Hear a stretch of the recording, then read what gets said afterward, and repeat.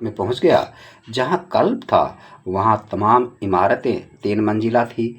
मैंने इस संभावना पर विचार किया कि अगर किसी एक इमारत की छत पर पहुंचने में कामयाब हो गया तो क्या वहां से क्लब की छत पर पहुंचकर तीसरी मंजिल पर वापस ऑफिस में भी पहुंच सकता था। लेकिन हालात को देखते हुए ऐसा हो पाना सरासर नामुमकिन था। अपने इस प्रयास में मैं बड़ी आसानी से गोलियों का शिकार हो सकता था। मैं अनिश्चित सा सतर्कतापूर्वक क्लब की ओर खिसकता रहा। अचानक दस्ती बमों के धमाकों ने मुझे रुकने पर मजबूर कर दिया। जिस इमारत के बंद दरवाजे में मैं सिमटा खड़ा था वहां से क्लब मुश्किल से 50 गज दूर था। सहसा अपने पीछे दरवाज़ा खुलने की आहट पाकर मैंने पलटने की कोशिश करनी चाहिए, लेकिन उससे पहले ही रिवॉल्वर की ठंडी कठोर नाल मेरी पीठ में आ गड़ी। फिर दुर्गा का पैना स्वर सुनाई दिया, हिलना मत। क्लब से दूर इमारत से उसे प्रकट होता देखकर मैं फौरन समझ गया कि उस इमारत से होकर क्लब तक पहुंचा जा सकता था। उस वक्त जिस स्थिति में मैं खड़ा था, संयोगवश मेरे दोनों हाथ एक दूसरे के नज़दीक थे। मैं उसी तरह निश्चल खड़ा रहा। कौन हो तुम? दुर्गा ने पूछा। अजय कुमार, मैं बोला। दुर्गा ने गहरी सांस ली। ओह, तुम ही हो, वह बोला। चलो, अच्छा हुआ यहीं मिल गए, वरना तुम्हारी तलाश में न जाने मुझे कहाँ कहाँ भटकना पड़ता। कौन है दुर्गा? उसके पीछे से 2-3 उत्सुक स्वर एक साथ उभरे। वही, उसने जवाब दिया, जिसे ढूंढने हम सब जने लगे हुए हैं।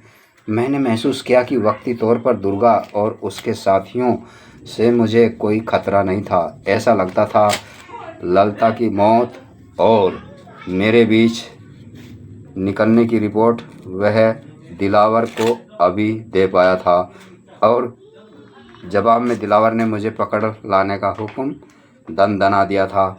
मैंने बहुत ही धीरे धीरे ललिता से प्राप्त रिवॉल्वर और कोट की बाईं आस्तीन में सरका लिया। हैंड्स अप अजय, दुर्गा ने आदेश दिया। मैंने दोनों हाथ ऊपर उठा दिए। दुर्गा का कोई साथी मेरे पास आया। मेरी जेबों में हाथ घुसेड़ कर टटोलने के बाद मेरे मुंह पर झापड़ रसीद करता हुआ बोला, पीछे घूमो और अंदर चलो। मैं फौरन पीछे घूमा और दरवाजे में दाखिल हुआ। दुर्गा का साथी मेरी पीठ से रिवॉल्वर सटा चुका था। इमारत का दरवाज़ा पुनः बंद कर दिया गया। टार्च की रोशनी को सीमित रखता हुआ एक आदमी मेरे सामने खड़ा था। दुर्गा अपने दूसरे साथी सहित मेरे पीछे था। अचानक दुर्गा मेरे सामने आया। उसने पल भर मुझे घूरा, फिर उसका बायां खुला हाथ मेरे चेहरे से आ टकराया। मेरा होठ कट गया और खून बहने लगा। हरामजादे, वह गुर्राया, अगर बास ने तुझे जिंदा छोड़ दिया तो मैं तुझसे ललिता की मौत का हिसाब इस ढंग से चुकाऊंगा कि तू मौत की भीख मांगने पर मजबूर हो जाएगा। मैं कुछ नहीं बोला। चलो, वह गुर्राया। टार्च वाला आगे बढ़ा। मैं अधर में हाथ उठाए उसके पीछे चल दिया। दुर्गा और उसका साथी मेरे पीछे थे। कुछ ही देर में सीढ़ियां द्वारा हम इमारत की छत पर पहुंच गए। वह मुंडेर की आड़ में पोजीशन लिए जगह जगह राइफलधारी मौजूद थे। जाहिर था वे सब दिलावर के आदमी थे। दुर्गा ने मेरी कमर पर ठोकर जमा दी। मैं बुरी तरह लड़खड़ाया और गिरता गिरता बचा। नीचे बैठ जा रामजादे, वह गुर्राया, वरना बास तक पहुंचने से पहले ही खोपड़ी में झरोका खुल जाएगा। और मैं नीचे बैठ गया। उसके दोनों साथी पहले ही नीचे बैठे हुए थे। मैंने तुरंत आदेश का पालन किया। तभी सामने की किसी इमारत से गोलियों की बाढ़ टूटी। जवाब में इधर से भी फायर किए गए।